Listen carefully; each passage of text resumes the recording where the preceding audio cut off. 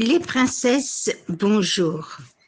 Alors que ces paroles de Torah soient pour la gloire d'Akadosh Baruch Hu, la Géoula Berachamim, le retour des otages sains et saufs à la protection des soldats et de tout âme Israël là où il se trouve.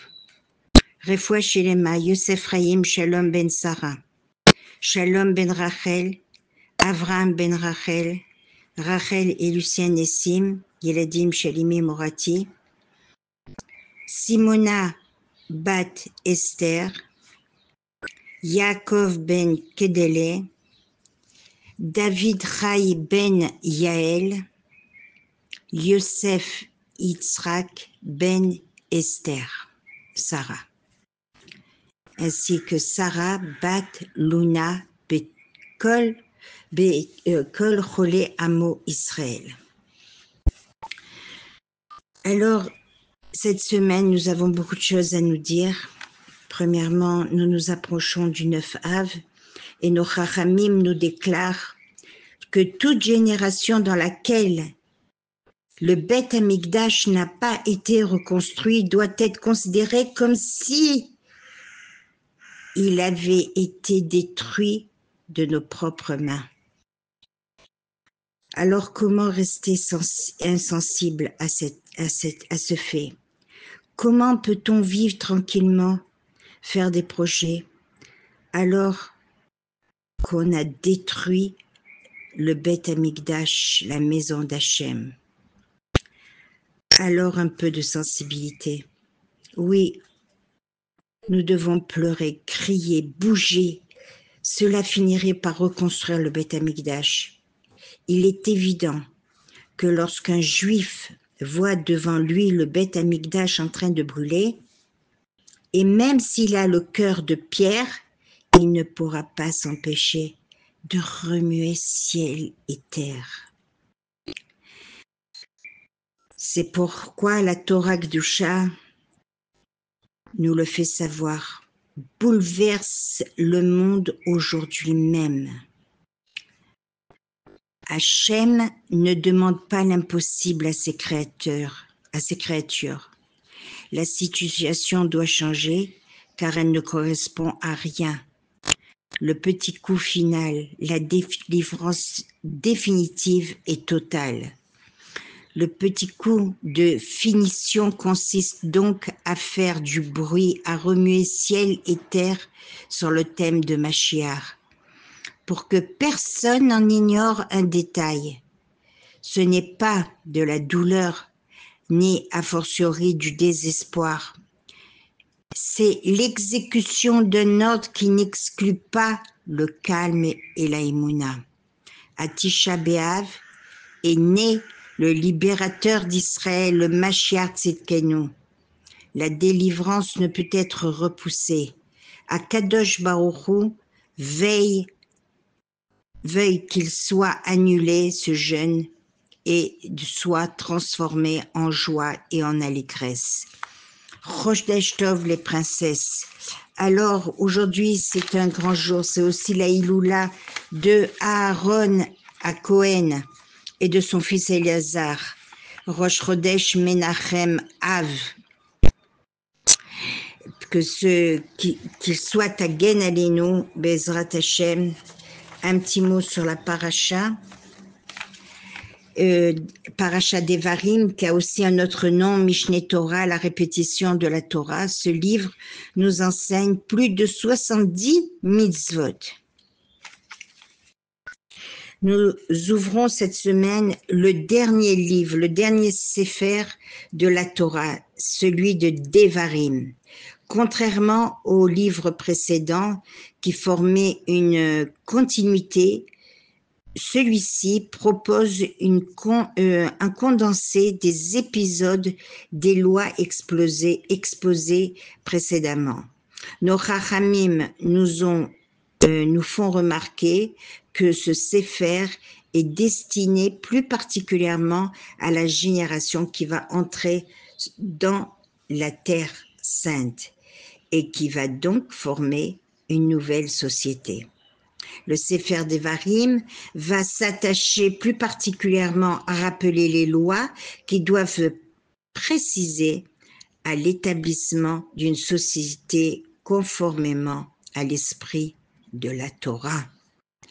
Les premiers mots de la paracha contiennent des remontrances déguisées de Moshe Rabbeinu à l'encontre de Ham Israël, qu'il réunit afin de lui donner ses dernières recommandations.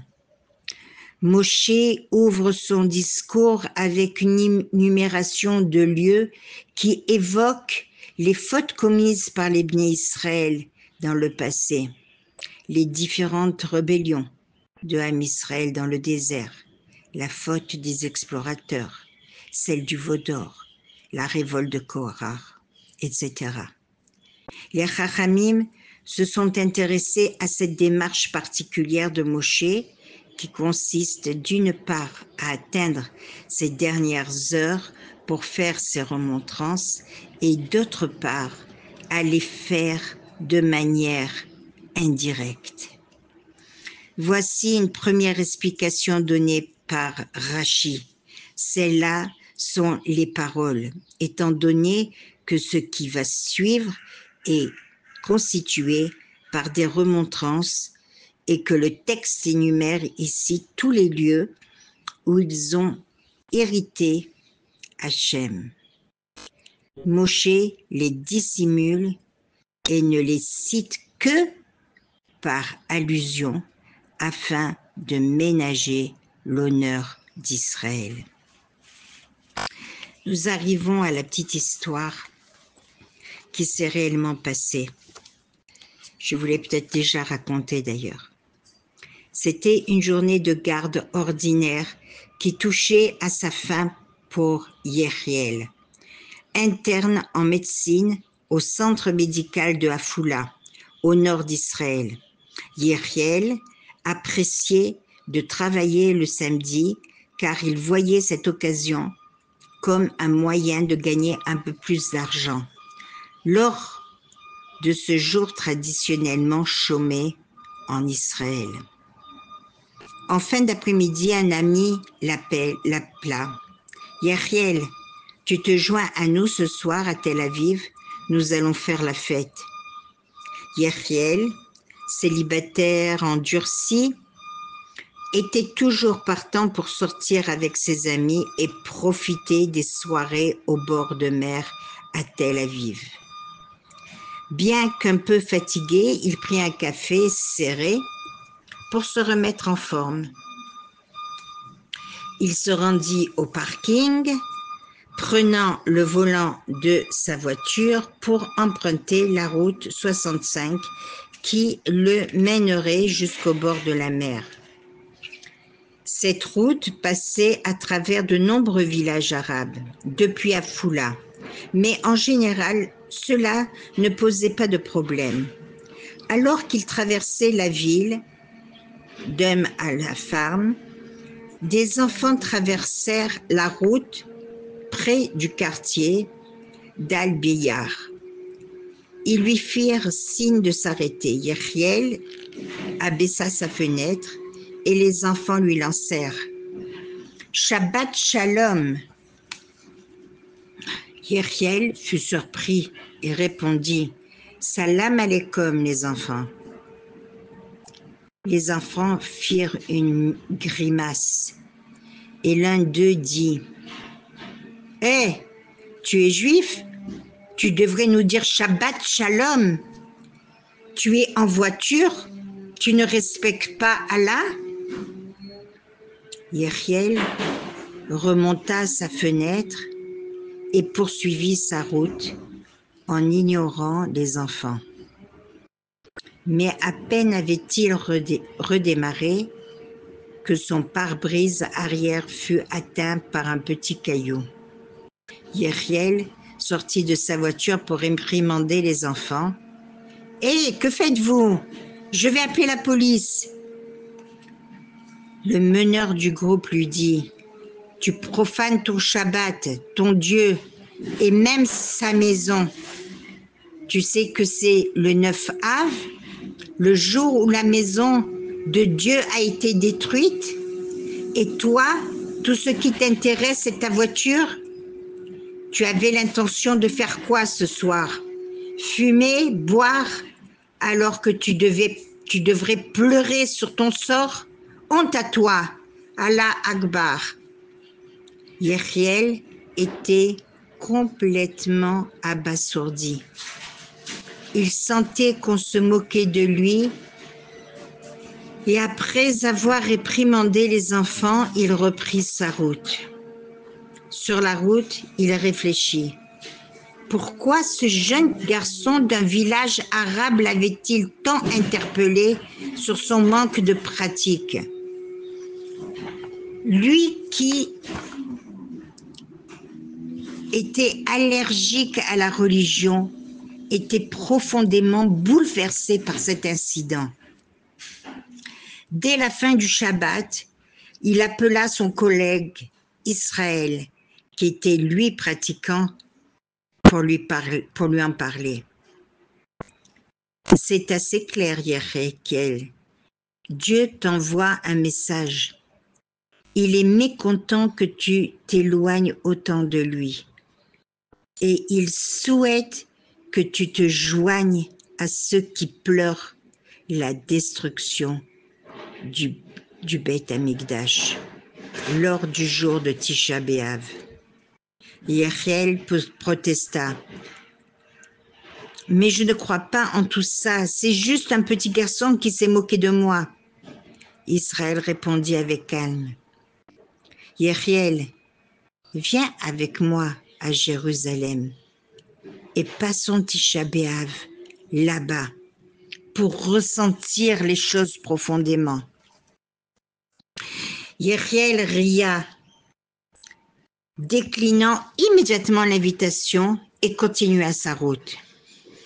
Après quelques kilomètres, il jeta un coup d'œil à sa vitre arrière et remarqua que la fissure causée par le caillou s'était agrandie. Il savait qu'il était dangereux de poursuivre sa route avec une vitre endommagée. Il décida donc d'appeler une dépanneuse. Au téléphone, le dépanneur se montra peu aimable. « Désolé mon gars, je ne travaille pas le jour de Tisha B'Av.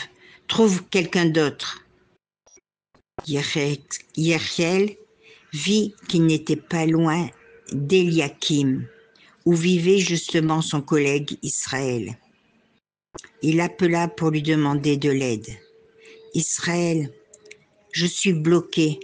Je vais garer ma voiture dans ton parking, puis nous partirons pour Jérusalem. » Une fois arrivé à Eliakim, Yechiel et Israël se mirent en route pour Yerushalayim. Yechiel appela ses amis de Tel Aviv pour les informer de ce qui s'était passé. Et ils se moquèrent de lui. « Yechiel, le fêtard qui devient religieux, prie pour nous, d'accord ?» Yechiel était contrarié de manquer une soirée avec ses amis. Mais il était curieux de voir Yerushalayim le jour de Tisha B'Av. Lorsqu'ils arrivèrent dans la vieille ville, Yechiel ressentit quelque chose de spécial. Il n'avait jamais vu la vieille ville en deuil cette ambiance solennelle l'inspira profondément. Yechiel, une fois arrivé au kotel, mit une kippa sur la tête, prit le livre de Kinot que lui tendit Israël et commença à prier comme jamais auparavant. Les deux jeunes hommes passèrent une journée extraordinaire. À la fin de la journée, les deux collègues rompirent le jeûne et un homme en costume, coiffé d'un chapeau, s'approcha de Yechiel. « Jeune homme, êtes-vous marié ?» demanda-t-il. Yeriel le regarda avec étonnement. Non, pourquoi me demandez-vous cela? Eh bien, je suis à la recherche d'une personne bien pour ma fille. Je vous ai vu prier avec ferveur tout au long de Tisha B'Av. Et j'ai été profondément émue par votre sincérité et votre simplicité. Seriez-vous prêt à la rencontrer? Yeriel expliqua poliment qu'il n'avait jamais prié de sa vie et qu'il n'était pas du tout pratiquant. L'homme lui demanda alors s'il était prêt à faire un pas en avant et à rencontrer sa fille. Yeriel ne répondit pas, mais ils échangèrent leur numéro de téléphone. Quelques semaines plus tard, Yeriel reçut un appel. Yeriel, c'est Hana. Tu as rencontré mon père au Kotel. Il a proposé que nous nous rencontrions. Yeriel avait beaucoup réfléchi à tous ces événements et il accepta. Hana était certes bien plus pratiquante que Yeriel, mais leur rencontre se passa bien et cela donna des ailes à Yeriel pour se renforcer. Aujourd'hui, Yeriel et Hana ont fondé un foyer juif authentique. Yeriel étudie même la Torah dans un kollel du soir. Israël a été le témoin de leur mariage. C'est probablement pourquoi nos chachamim enseignent que celui qui ressent la douleur de la destruction du Beit Hamikdash, du Saint-Temple de Jérusalem, méritera de voir sa reconstruction. Chodesh Tov les princesses, très bonne journée.